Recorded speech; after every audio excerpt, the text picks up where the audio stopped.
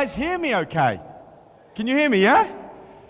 Okay, I've been practicing this, and I'm sorry this isn't traditional Urdu, but you guys know that Punjabi is getting cool these days. So I just want to say, Hanji, Mirnauma Marke, thank you.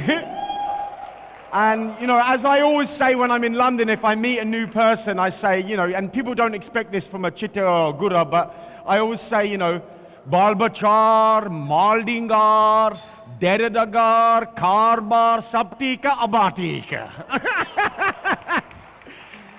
So the reason I know that is because I grew up in a place called Essex, which is like, think of Jersey Shore, but for London, right?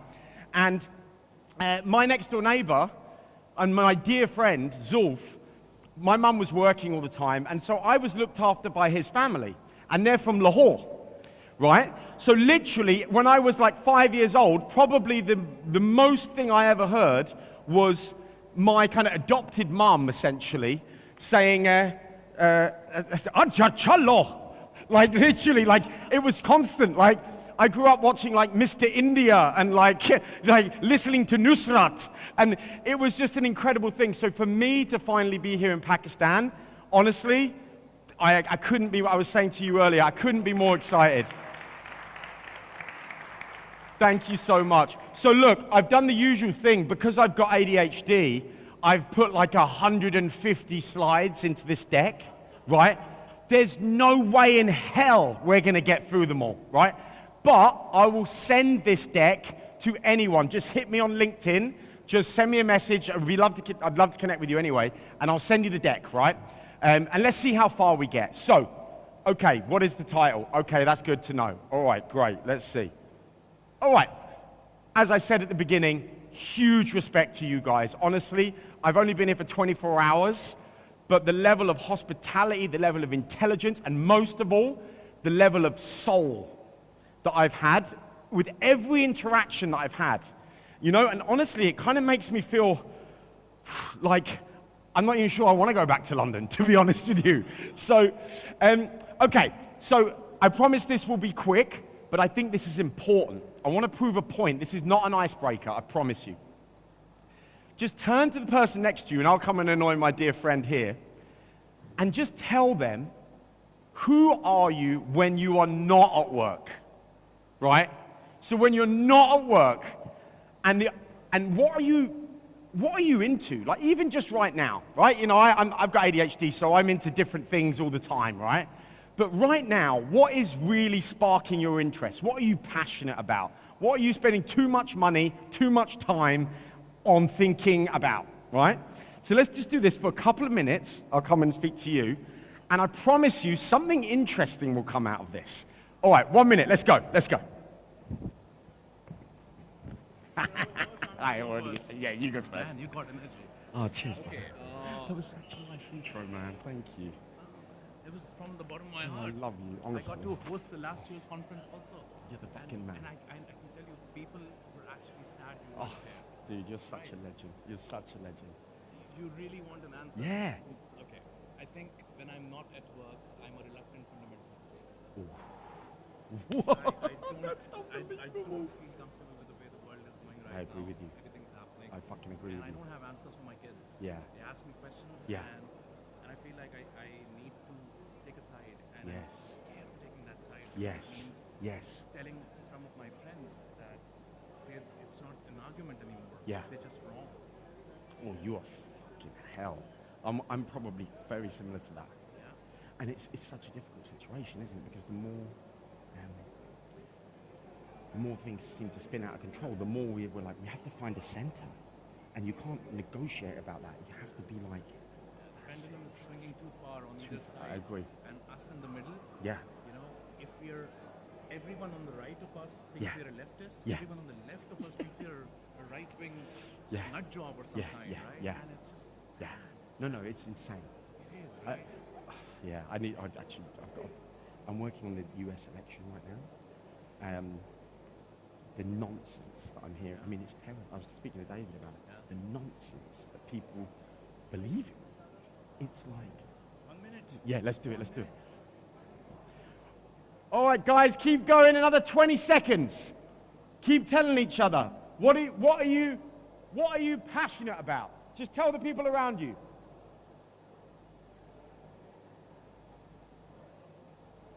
Okay. All right. Now, guys, this room looks like it's about to become a nightclub to me. And I have requested some DJ decks. But my point is, when people get together, right, whether it's with or without alcohol, right, this is the shit that they talk about, right? And by the way, if you don't talk about that stuff, you better start talking about it, because if you're just the guy that's at like a social event at the weekend talking about work, it ain't a good thing, right? And that has been me for too long. So would any of you guys share what you're currently just really passionate about, interested in? You know, films, TV, sport, anything. I like this. Everyone's pointing at each other. Yeah, you go. Yeah. Go for it, my friend. So Fawad, sitting right next to me, has just joined a new job at IBA, which is a business institute, which is a business school, one of the best ones in Pakistan. Amazing. On the marketing side, and he's facing a lot of challenges because it's a government institute, and you know the processes are very different from whatever he's been doing before in his life. So yeah, we were just discussing some of those challenges. Amazing. Well, congrats, man. Congrats. So look, here's the thing I want to get across to you guys. I was just honest to God. I mean, I'm sure you can tell already. I'm not a very smart person, right? I'm really not, okay? But you know what? There's a great story, like a great myth, Aesop's fable, about the fox and the hedgehog, right? The fox knows many, many things. The fox knows everything. It reads Wired magazine. It's constantly looking at new, sources of information and about technology, right? The hedgehog just knows one thing. If the fox comes, it rolls itself into a ball, and the fox cannot eat it, right? I am the hedgehog. There are so many things I have no idea about, but I do know this one thing, and that is the power of the internet. Really, when you come down to it, is that the internet is it's like the name suggests, it's an interconnected set of networks, right? And here's the bit that gets really interesting. Unlike every other type of media, radio, TV, print, it wasn't designed for advertisers, right? The internet was fundamentally, its architecture was fundamentally not designed for people who wanted to advertise. It just later that came in, right? A new layer, an artificial layer of the internet was introduced that allowed us to segment people demographically and target them with ads, right? But the original first principles of the internet were simply networks of people having conversations about things they're currently interested in. So that's the authentic layer of the internet, right? And honest to God, one of the most powerful things, and look where we are, right? Like, first of all of us could just watch these videos on YouTube, right? But we didn't. We came here, right? There's a reason for that. The deepest drive in the human experience is that we are a tribal species, right? We seek the connection of like-minded people who have values, principles similar to our own, because we don't want to feel like we're insane. And sometimes we are insane, right? So genuinely, I think that the most overlooked and underappreciated thing in the history of digital is that the exercise we just did now. Because when we're in the boardroom, it's almost, I know some wonderful human beings, and as soon as they cross the line into the boardroom, dong, they might as well be AI, right? As soon as we cross that line into the boardroom, we think that the definition of professionalism is leaving everything that we know about the real world behind, right?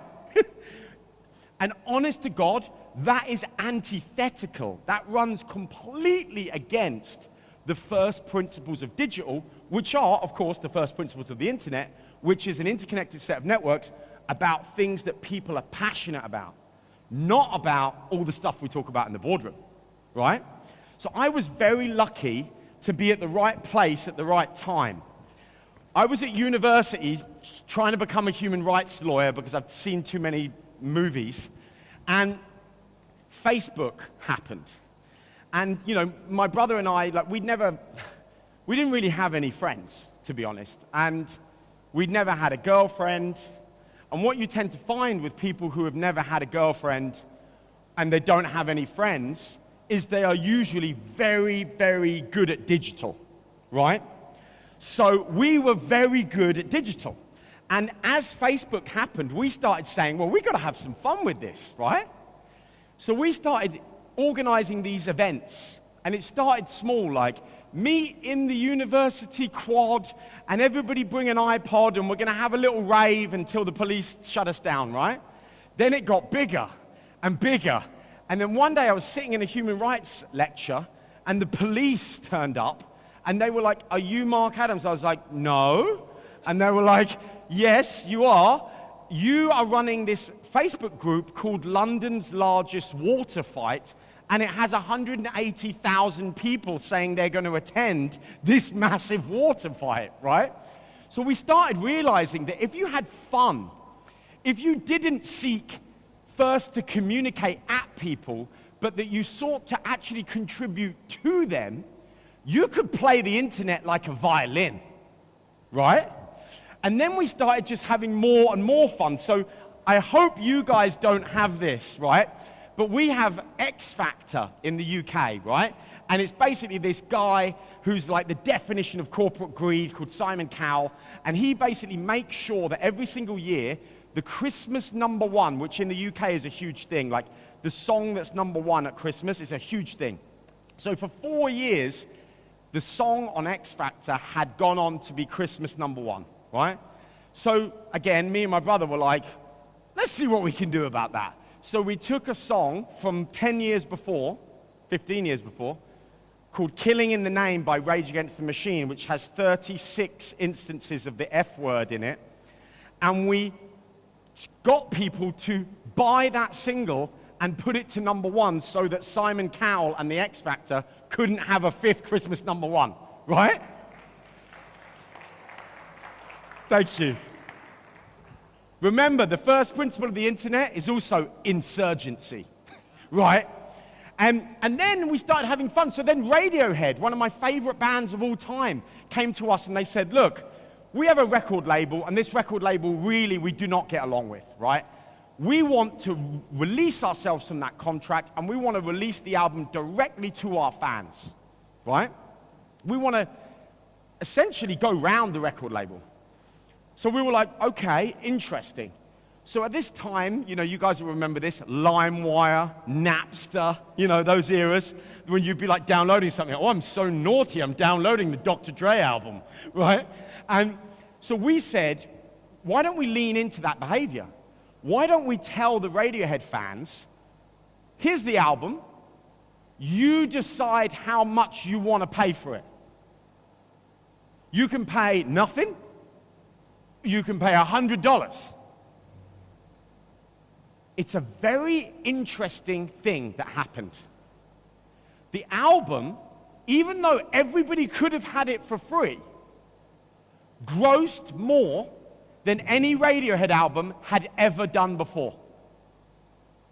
Because the approach to the community of fans by saying, look, you can have this for free, and we know that it's going to be on Napster and LimeWire in 10 minutes anyway, but if you want, you can pay us. And people said, I want to pay you. Now, this is a part of capitalism that most boardrooms they couldn't understand. Because capitalism is directly transactional in our minds, right?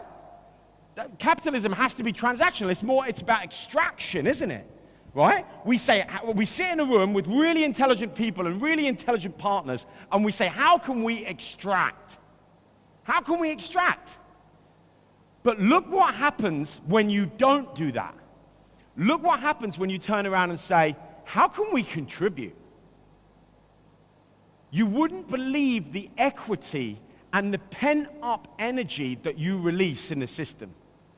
And so really, as kind of time went on, this kind of experience that my brother and I had kind of led us to lots of celebrities coming to us and saying, we hear you did the Radiohead thing. We hear you did the Rage Against the Machine thing. Can you help us? So it was bizarre. And like before, maybe a year later, we were living in LA. I was the chief digital officer of the biggest talent agency in the world. So my life was literally like, go and meet Usher and explain the internet. I mean, it's just like absolutely nuts, right? And I remember one meeting, and this might seem like, and I'm going to get into consumer brands in a minute, I promise you. But I want you to take the lessons from public figures and celebrity brands here, because it applies, I promise you. So I had a very interesting meeting with this lady on the right-hand side here, Madonna, right? And so Madonna's a legend. She's done some stuff. She's been like a big in the game for 20 years.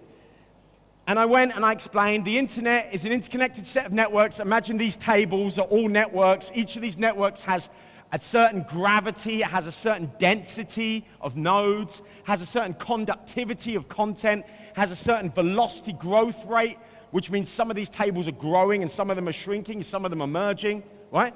Network theory, right? And at the end of the thing, Madonna just went, okay. She could not give a shit, right? She didn't care. So and my team and I had written this huge playbook for how Madonna was going to take her brand and lead in culture in the digital age, right?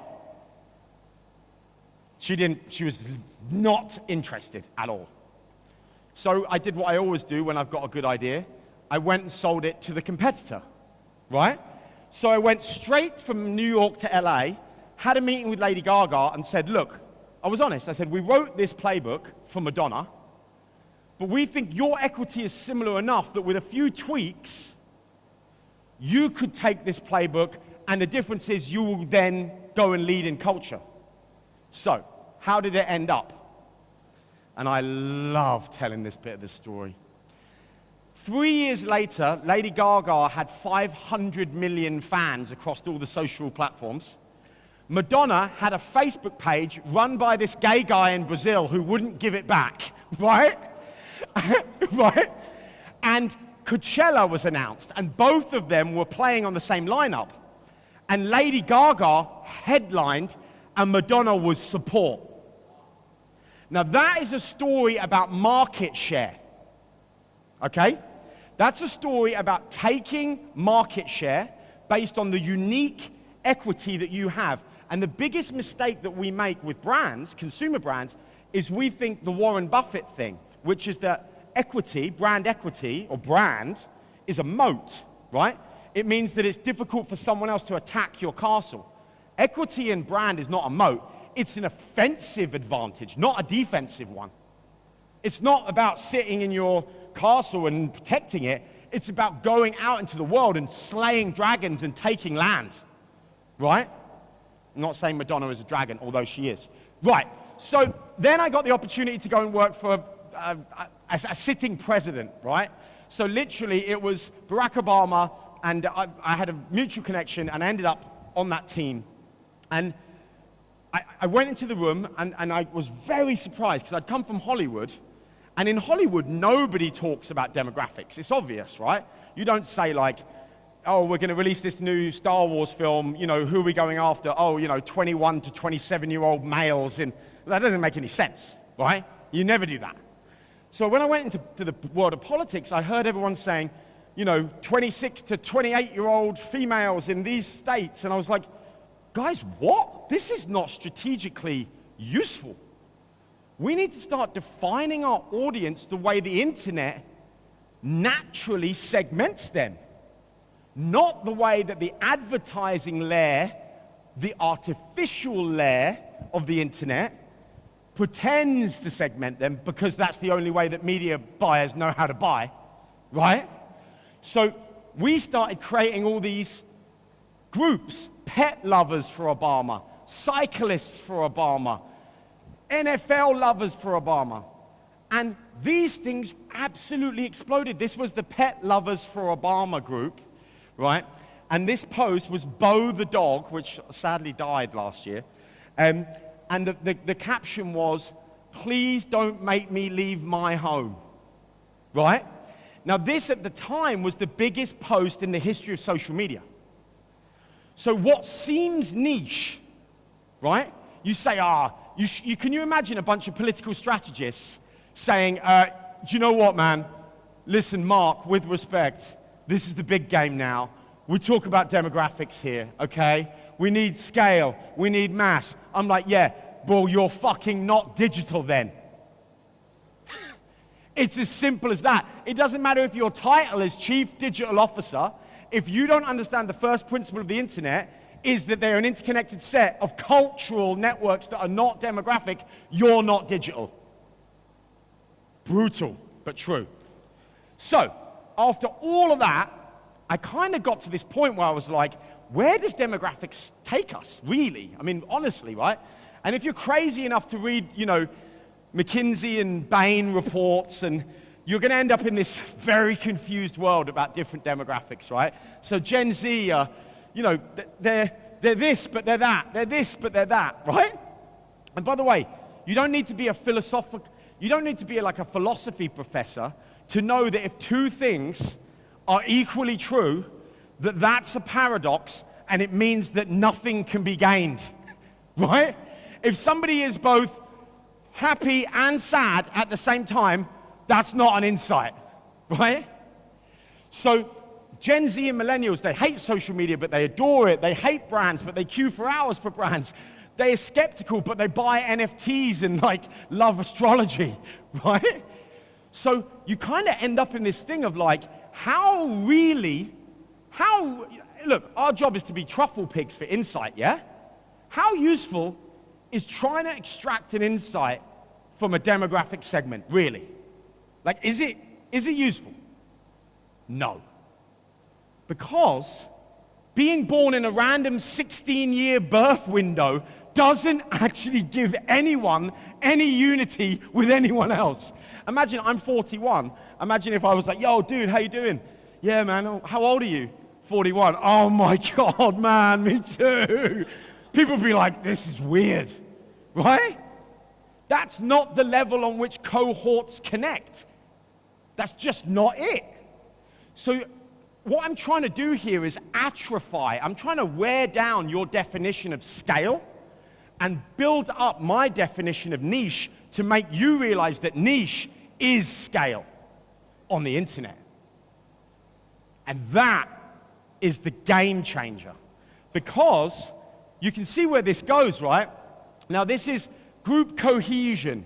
How much people feel connected to each other according to a bunch of criteria. So Gen Z feel connected to each other 0.2 out of 100 because of another Gen Z. And yet in the boardroom we're saying, oh, Gen Z this and Gen Z that. Orangina drinkers feel at least 4.5% connected to each other because they've all got ADHD like me. So, and here is an interesting one. David and I have a dear friend, Lubomira Roche. She led the digital transformation of L'Oreal. She's a genius. She's too good for this world. She should be the president. And she used to say something that it just stuck with me so well, which is demos. She described demos and she said, demos are dangerous, empty, and marketing's original sin. Hard. And think about how dangerous they are. Do you know how many people said to me today in the past couple of weeks, oh, I'm going to Pakistan. Pakistan? Whoa, you better be careful in Pakistan. What a stupid statement, right? Now, there is only one demographic statement that you can make that is 100% true, and that is that all people from where I'm from, in Essex, are failed DJs. That is the one demographic statement that is actually true, right? But you can imagine, Try and make any demographic statement and then let your aftertaste tell you whether or not that sounds like a stupid idea. Black people are, Pakistanis are, people from the Sindh are, people from Balochistan are, maybe that one. But, right? Now, so here's the thing. We're sitting in boardrooms doing this, right? We're like, we have a pen portrait of the consumer. She's 21. She's 21 to 25. Like, you're like, no, this doesn't work, right? She lives in these cities. Oh my God. We are literally in a strategic nosedive here.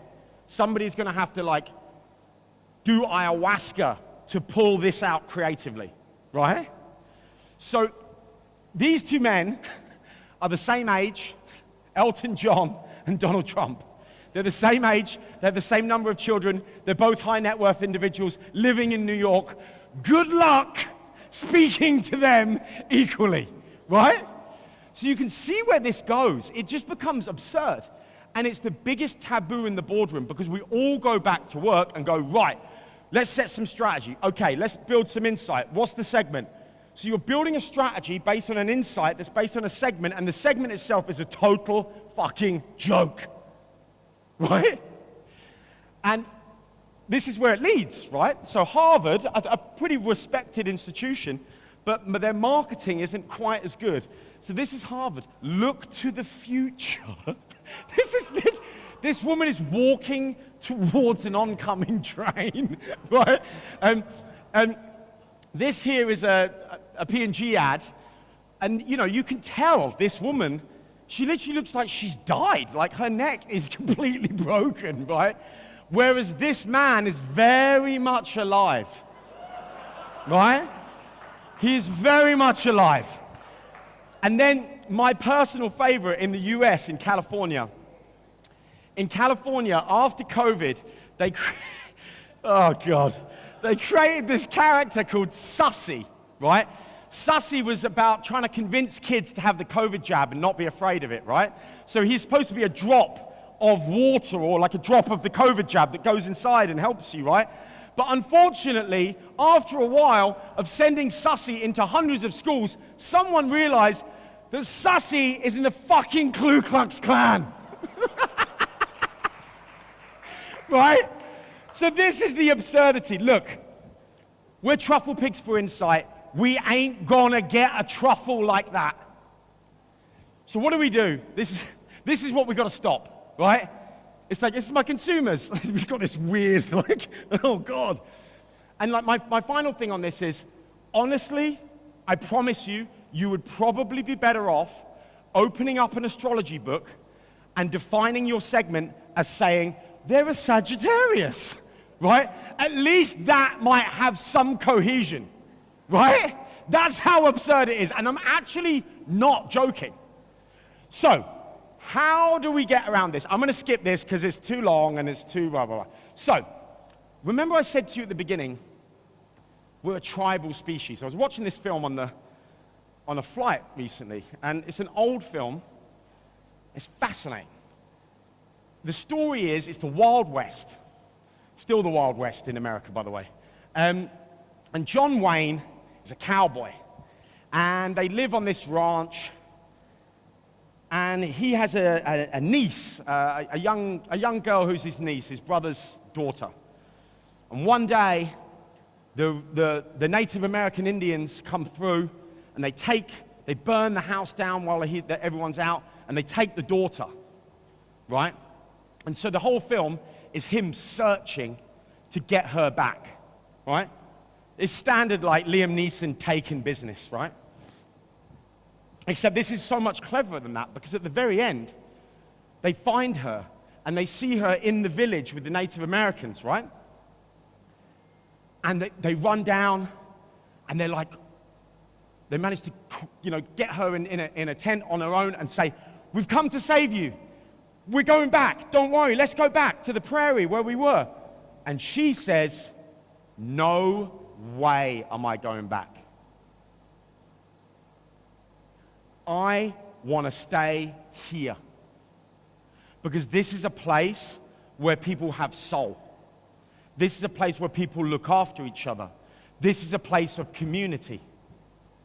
And I looked into this, and there are hundreds of real-life stories of people who were kidnapped and then got into the community of the Native American Indians and were like, this is amazing.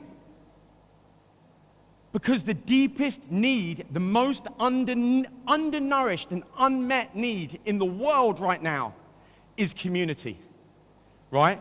We all, I'm sure all of us live, you know what? 2 generations ago, you would have lived, worked, and died 20 minutes away from your parents and the people that you love, right? It's only the last 2 generations where people have said, oh, you know, because of work, I'm going to go over here, or because I've married someone, I'm going to go over here. And we think that the fact that we've got, you know, lots of flights connecting us connects us, but it doesn't. And that's the reason we are all somewhere deep down anxious, lonely, and depressed. So the drive for community, these little things, these little conversations that people think are niche online, they're very important. They're very important. Just like people on the outside could say, oh, you came to a marketing conference, yeah, whatever. You're like, yeah, but I met some amazing people. And that can keep me going for a few more months. So, we really are the first generation in all of history to disband our physical tribes. And the biggest opportunity in the world for every boardroom is to recognize that we are desperately seeking that. So, I don't know what slide this is, but let me see if this video plays. Oh, it doesn't play, so that's good. No, fuck that. Get rid of this. No, don't need that. All right, good, cool, yeah, good. Right, so the key to this, and by the way, look, the guy who invented TED, you've got to give it. If you invented TED, you're probably pretty smart, right? Chris Anderson, he wrote a book, well, he wrote an article in Wired magazine in like 1998. And then he wrote a book about it, and he wrote another book about it. And the book's called The Long Tail. And what he's basically saying is the internet has taken that normal distribution curve and made it completely different in its dynamics. So that's why I guarantee if you work for a Fortune 500 brand, the thing that keeps you up at night right now is that if you're at Unilever, you're not actually constantly worried about P&G. You're worried about the 150 little direct-to-consumer, annoying little brands that are just taking a little bit of market share here and there, right? And that's because these brands have realized that there is a really good aggregate business in the niches. And I actually don't like that word niche, right? When we were at Vice, we used to say niche stands for not in consciousness here excuse. So what it means is everything's niche to people who don't know anything about it, right? I don't know anything about knitting, but I bet you if you said, gather the knitting community, there's not a room big enough that you could put them all in, right? I don't know anything, I hate to say I don't know anything about sport, but I get the feeling it's actually not as niche as I think, right? So our job is to be what I would call cool, conscious of other life, conscious of all these networks that exist that, by the way, some of which, if you think about our equity as a brand, whatever your brand is, if you pulsed a sonar across all those networks, you would find that bounce back, that reverberation would come so strong of 5 or 6 different networks that you've never thought of. Like, you'd be like, whoa, that's insane. That they responded so well to that. So, let me get into this. This is literally the way to think about it. The internet is quite literally a living organism, right? And I don't mean being, hate to say this, I mean being in the internet, not being on the internet. If you're buying ads in the artificial layer on the internet in order to interrupt the natural occurrence of what's going on, you're not digital. you're actually digital's enemy. You're the enemy of the internet, right? If you're in the networks, contributing, sparking conversation, creating conductivity, creating network effects, as they would say in Silicon Valley, right? If you're in those networks creating network effects, you have a completely insane strategic advantage. So, here's how I would say it. You've got to detect community networks who you genuinely believe and can verifiably prove need your leadership as a brand. I don't mean that they need your product, right? I don't mean that they need nappies or Coca-Cola. I mean they need happiness, or they need, we'll show an example later with Dove, where there was a genuine cohort of people who were like, we have had enough of beauty standards that are despicable, and the media doesn't do anything about it. And guess who stood up? A brand, a Unilever brand, right? Stood up and said, yeah, we'll speak for you, we'll help you lead. We'll put our advertising spend behind you because you existed before us. The real beauty movement existed way before Dove found it, right? Dove didn't, the Beatles didn't invent teenagers, they just led them. And Dove didn't invent real beauty, it just found it, realized that the equity swap was fucking perfect, and led them, right? So this is what I would say. Think about your desired positioning in culture. What's the story you can tell with that community? Because the thing about brands is we all know that we're myth builders, right? We have to build myth, then we refresh that myth with reach and frequency and efficient CPM to keep ideas salient and top of mind, like Byron Sharp says, right? But in order to build a myth, you can't imagine you go to Disney and you're like, hey Disney, I've got an idea for a film. It's about this one thing, and it's just that one thing going around the world, right? They'll be like, where are the secondary characters? Where's the dynamics? But what brands do is they build in the boardroom, so therefore there's no cultural dynamic to it. And when Nike or Patagonia or Dove actually go and engage by getting in the networks, not just seeking to interrupt the networks by being on them in the advertising systems, everybody goes, oh, it's a Harvard business case study. It's like, guys, it's not that hard. It's not that hard, right? So, and look, I'll let you decide what networks you can go for, but there are a lot. You could never run out, right? Let me see if this video will play. No, I'm not going to do that. Okay, that, bollocks. Right, let me show you this. Then I got to go. Lululemon came to us. Obviously, I loved that session earlier, by the way. Like, really awesome. It's such a good brand, isn't it? So Lululemon came to us, and they were like, kind of losing market share because Gen Z. Can you imagine how many briefs I've received that just say Gen Z and millennial? My whole life is saying to people, yeah, we need to be a bit more specific than just saying Gen Z, right? So they said Gen Z and younger millennials don't think we're cool. And the reason for that is that we're very expensive, you know, and you're going to love this. We kind of represent kind of like what they would describe as like Karen brand, right? Like we're kind of like that lady who lives on the Upper East Side of New York who's like, oh, I don't like this wine, take it back, right? It like Lululemon had literally boxed themselves into a corner through price point and the fact that all of their comms were just so generically yoga, right? They're like, you know, sun salutations, you know, it's like everything was like namaste, right? And you know, this is what all brands and some cultural movements do. They become a parody of themselves. So they box themselves into a cultural corner. Even though, like I said to you, the equity they have gives them an offensive advantage, which means they could take land.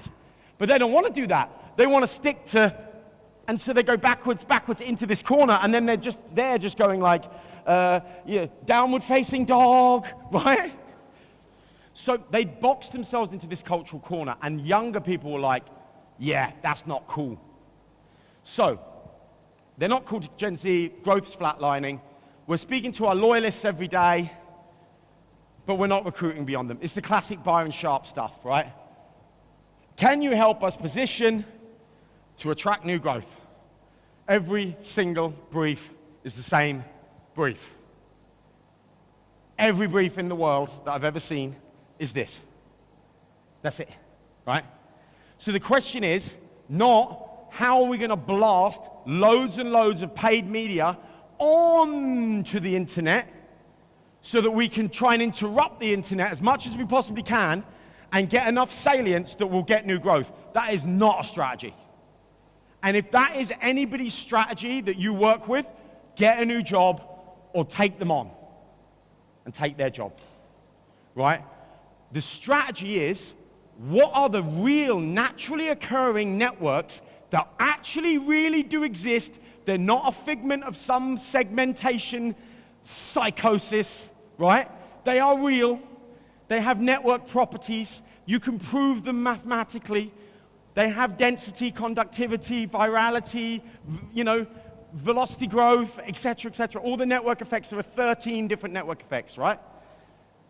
And then you start to say, how do we work with them? How do we make a contribution that creates the reciprocity that means that they actually kind of almost become part of our platform? Like the Radiohead example, right? They become brand citizens, not just consumers. So that's exactly what we did. And so this is the situation. And white women killed yoga, right? That was their problem. So this was their segmentation. I mean, you cannot win if this is how you base it, because all your strategy, right? And I'm not just talking about marketing strategy. I'm talking about product development, business strategy, acquisition, everything. The whole business strategy is based on this absolute monstrosity of a segmentation. I mean, older people, what is going on, right? I mean, can you imagine being like, right, one of the other segments we're going for is men, just men. It's absurd, right? So we said to them, and you can imagine how challenging this was for them, we said, look guys, this is not a creative design segment. This is a media targeting segment. And if there is one thing, and I will get on my knees and beg people to do, is stop going straight into a boardroom and defining the audience as a media target. The media target comes later. At the beginning, you define it as a creative target, a design target. In Silicon Valley, Tim Cook's not going, right, well, what should we build? Don't worry about that. Let's just buy loads of media. No, they're like, what should we do? And then we can buy media, right? So we came up with this. Hip hop, arts and crafts, adrenaline, sport, nightlife. They were like, obviously, you wait, and then you hear, ooh, feels a bit niche. You're like, guys, if you got 1% of the global hip hop conversation, you would be the biggest brand on Wall Street. But because niche is not in consciousness here excuse, you can imagine, I'm not even joking, these ladies were like upper middle class white ladies. They're like, oh, hippity hop, I think I've heard of that, yes. Right? So why were we able to do that? Because the Lululemon is a yoga brand, and yoga is an ancient 12,000-year-old discipline, which is not about Instagram, downward-facing dog, and lighting incense and namaste. It's not about Instagram. It's existed for 12,500 years. It's about very deep spiritual concepts. Things like breathing and flow, meditation, letting go, non-violence, self-discovery. That's the true equity of the brand, right? And now you can listen across these networks in culture and say, using AI, where do those ideas naturally occur in pockets of culture and cultural networks? And then you have as long as you're very careful, you have the authority to tentatively cross that strategic bridge. So, the first principle of yoga is breathing and flow. And guess where the expression ideas like breathing and flow come up hundreds of thousands of times a day in the conversation around hip hop. Because if you're a sick rapper, you've got sick flow. So you say Busta Rhymes raps at 120 words per minute, he's got amazing flow. Suddenly, you're telling Gen Z and millennials, yoga is no different from the hip hop you love, because it's about flow, right? So this is where it gets fun. Like, you know, yoga's about non-violence. That allowed us to go to the UFC and start talking to cage fighters about, which is one of the biggest growing sports in the world. And so we could then go and have conversations about non-violence with people who are the most violent people in the world, right? So suddenly you're engaging in culture, not just on it. And I don't know if this video will play, but if it does, it would be really helpful. So the platform is called This Is Yoga, and it's basically saying, these things you love, they're kind of like yoga, right? You're close. You're so close to yoga, you just don't know it. Let me see if this will play. Go. No. Yeah?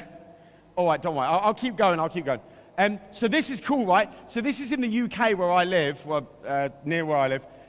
And this is like East London, grimy East London that like all the young people live in. And this is the fastest rapper in the UK talking about the practice of breathing and how his concept of breathing makes him a brilliant rapper, and that's basically yoga, right?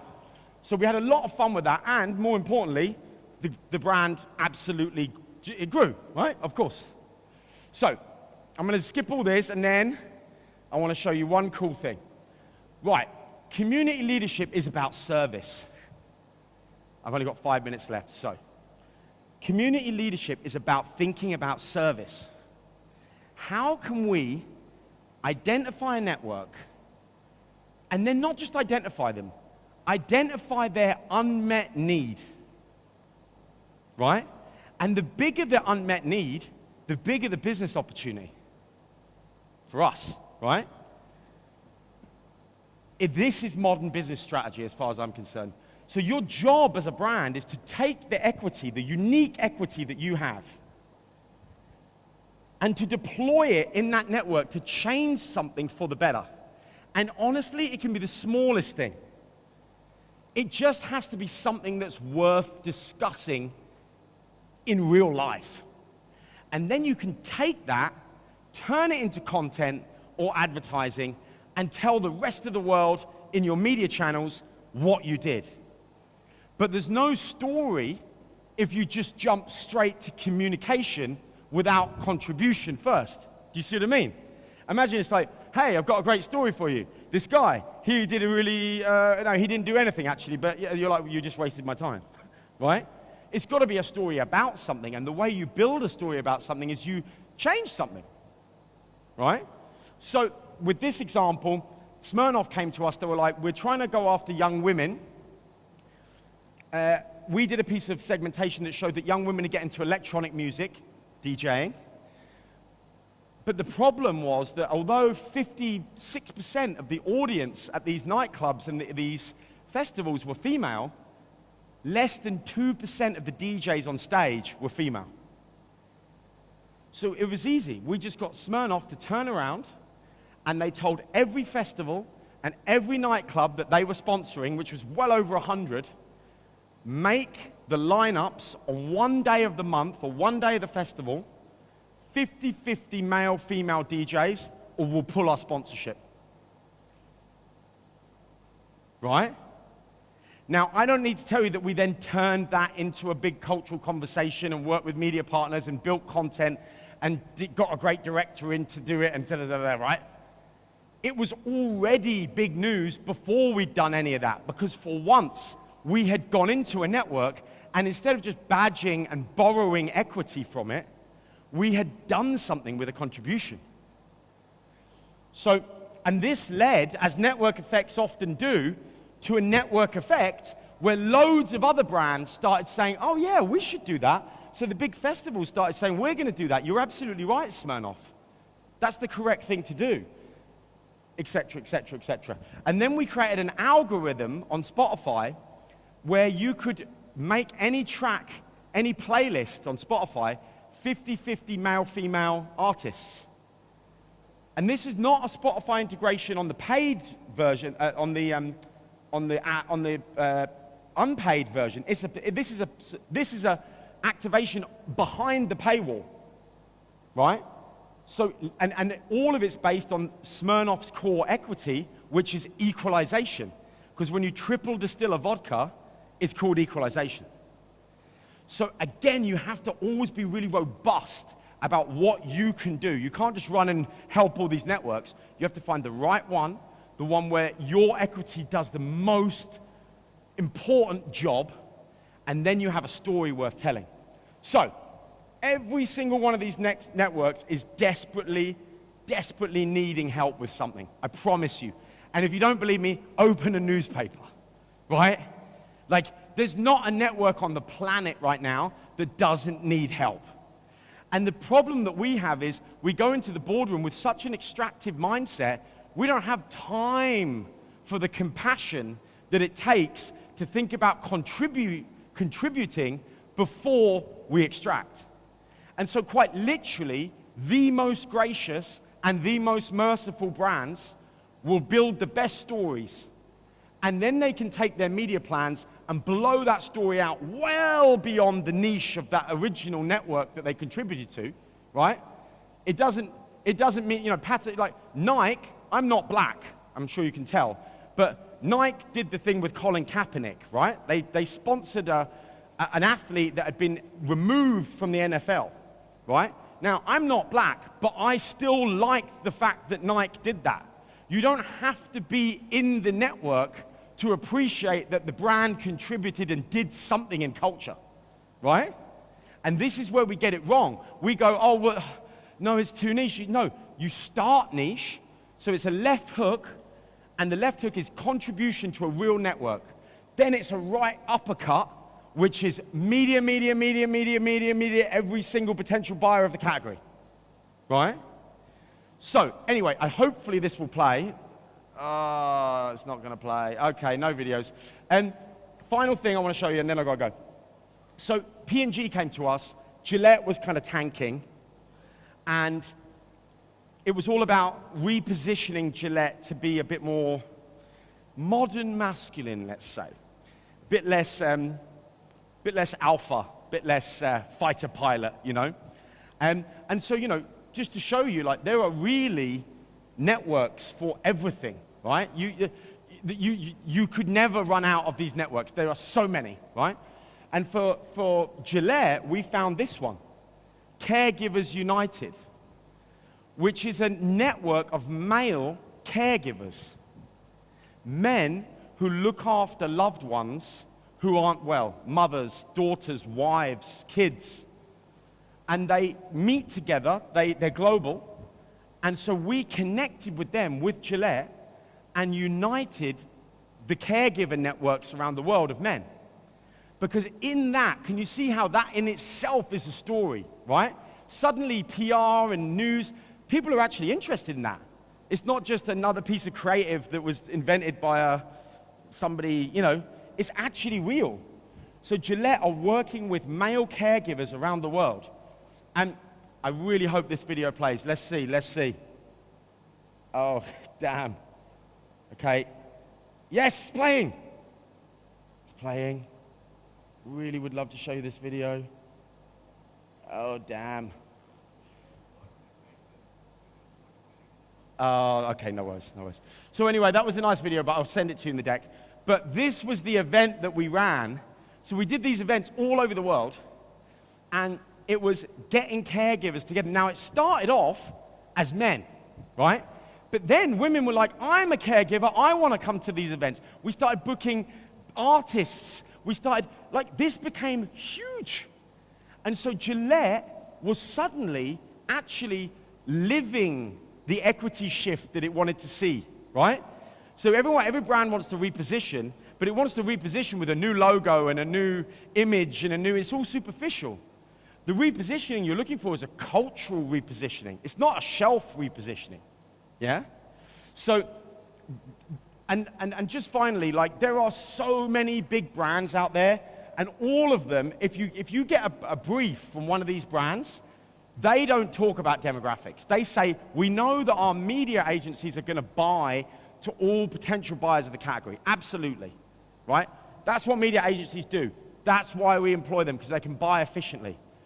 Creatives, like us, strategic thinkers, our job is to identify the community that we can do something with so that our media agencies can then tell everybody in the whole world about what we did. Yeah? And so, yeah, as I said, scale, fame, not communication. And guess how you get fame? You earn it. There's no other way. You cannot buy fame. So get that which cannot be bought with your actions, your contribution, your service mindset, your cultural leadership, your instinct to support and help and nourish these real, naturally occurring networks of the internet. Then move from being in the internet to being on the internet with your media teams and your agencies, and buy the fuck out of everything. Fine, do what you want, right? If that's what you like to do it, right? And that's Byron Sharp, and that's where me and him agree and disagree. Because I think Byron Sharp is an absolute genius, but if Byron Sharp went to Silicon Valley, they would tear him apart. They would tear his head off in 1 minute. Because in Silicon Valley, if you want money from Sequoia Capital or Andreessen Horowitz or one of the big VCs there, the first question they're going to ask you is, what's the network effect within this business? What is the network effect of this business? In Airbnb, Brian Chesky was able to tell the investors, everybody that stays at an Airbnb tells 5 people about this new company called Airbnb. There's a network effect. What a network effect is what happens when you don't pay. So VCs want to know, how far can you get without spending $1? Right? If Byron Sharp and Ehrenberg Bass walked, and that's why he's absolutely right to say everything he says if your intention is purely to communicate through advertising. Byron Sharp is 100% correct if you live in 1992, right? If you live in 1992 and you think it's about bombarding culture in this middle of the graph, you know, this kind of you've got early adopters, your innovators, early adopters, then you've got the kind of middle of the graph, and you just bomb that like the Americans do when they're in wars, right? Right? And you just literally just napalm it with ads. Byron Sharp is correct. However, if you believe that there is a different way of doing something, where you go and you help lead something as it crosses that cultural chasm into the mainstream, then I strongly suggest you deploy that before you deploy that. So, this is how I'd finish. It's a 1-2 punch, right? You've got a left hook and a right uppercut. Your left hook is about adding value inside these cultural networks. Don't forget, so many of these cultural networks are ad blocked, behind paywalls, but that's where your competitors will never even think to go. The biggest challenge you can set yourself is this: how do we get on the other side of the paywall in culture and do something so good that people say, I'm surprised they didn't charge me for it? Like, it has to be so good that it could be its own standalone business, right? And then, and by the way, this part of the internet is getting bigger and bigger, right? People are saying, try buying ads on Netflix. You can't. Right, they tried it, but it didn't really work. Try buying ads in Fortnite or the new Grand Theft Auto game. You can't. So more and more time and attention is being sucked up here. And your competition will never even consider the idea that they could do something valuable enough to get attention on that side. But they could. And that's where you get to go. That means that they go, they did not, did they? Oh no. And everybody comes to work for different reasons, but I genuinely really mean this when I say I come to work every day to drink the blood of my enemies. Right? That is my one purpose for life. And so what I want you to do, I really mean this, is I want you to get personal, and I want you to drink the blood of your enemies by going where they will never even imagine going, which is on the other side of the paywall in the networks of culture, and do something so valuable that your PR team could just bang it over to a couple of newspapers and it'd be a global story. And then, don't stop there, go to your media buyers and do what you love doing, which is buying loads of paid media, right? Do that. I'm not here. Honestly, with respect, it's beneath my pay grade to tell you to buy loads of paid media, right? That's not strategy. Buying all potential buyers of a category, knock yourself out. Enjoy. Right, so this is how I think you start. You start by looking for a visible and valued role inside a real community. Then you can interrupt culture by scaling the fame that you earned. Anyway, this is too boring. And I really wish this video would play because it's so beautiful, but it's not going to play. So here it is on a page. You've got unique brand equity. I trust that you have a good sense of what it is. Start thinking, and there are tools for this, and hit me up if you want, I can put you in touch. Start thinking about what the muse community of that equity would be, right? Like, who just embodies it? Like, not on a page in a boardroom, in real life. Who's doing what you're talking about, right? Then think about the things that they don't have, that they need. And given that there's already this kind of philosophical, spiritual bridge between you, I wonder if you could deploy some of the intelligence and the strategy and the money that you have to support them, right? I bet you could if you were compassionate and you sought to contribute and not just to communicate, right? Then you make a truly valuable contribution. Like I said, it doesn't have to be huge. It might be Gillette saying we're going to get caregivers together because the therapy of men getting together to talk about the fact that it's bloody hard to look after someone who's ill is incredible, and suddenly we've got a story that we can blast and it's worth telling. We can earn it, right? And here's the best bit. Instead of just talking about what you did, honor the reaction that that Muse community had to what you did. I wanted to show you a video there of Dove. In Dove Beauty Sketches, we asked women to describe themselves. Then we asked a complete stranger who had just met that woman to describe that woman. And we had a sketch artist draw both versions, right? And it's so beautiful because women describe themselves, and the sketch you get, I mean, it's really disturbingly not what they look like, right? And the stranger says, this is how she looked, and the sketch artist draws a completely different image, right? And so suddenly, what we did then, we didn't say, and now Dove have done this. The film was about the community of people who were coming out going, you know what, that made me rethink it. That made me rethink it. So we honored their reaction. And that's what the content was. That was what the ad was, right? Then unleash a shared, owned, and earned, you'll notice it does not say paid, a shared, owned, and earned tsunami. What I mean by that is max out every single drop of your shared, your owned, and your earned media, And once you've done that and you're confident that that has completely been maxed out, smash everyone with mass media, right? So I wish I'd had the videos. I promise you I'll send this deck to anyone that wants it. I hope that was useful. I thought it would be best to just be as honest, raw, and real as possible. But I promise you, you don't need to be the fox. Don't be confused, and don't be scared, and don't be exhausted. People always say to me, where do you get your energy from? I say, the sanity of that model. Because without a model, it's exhausting, right? You're like, oh, it's like watching like 4-year-olds play soccer, right? Like, the ball goes over here, everyone goes over here. So you go like, oh, it's AI, and then influencers, oh, she's been canceled. Oh my God, like Snapchat filters, like TikTok, like it's exhausting.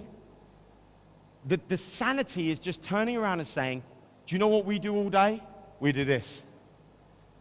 And just to finish, human beings are built to spot unmet needs and use what they uniquely have to help. That is our operating system. That's the human operating system. That's who we are.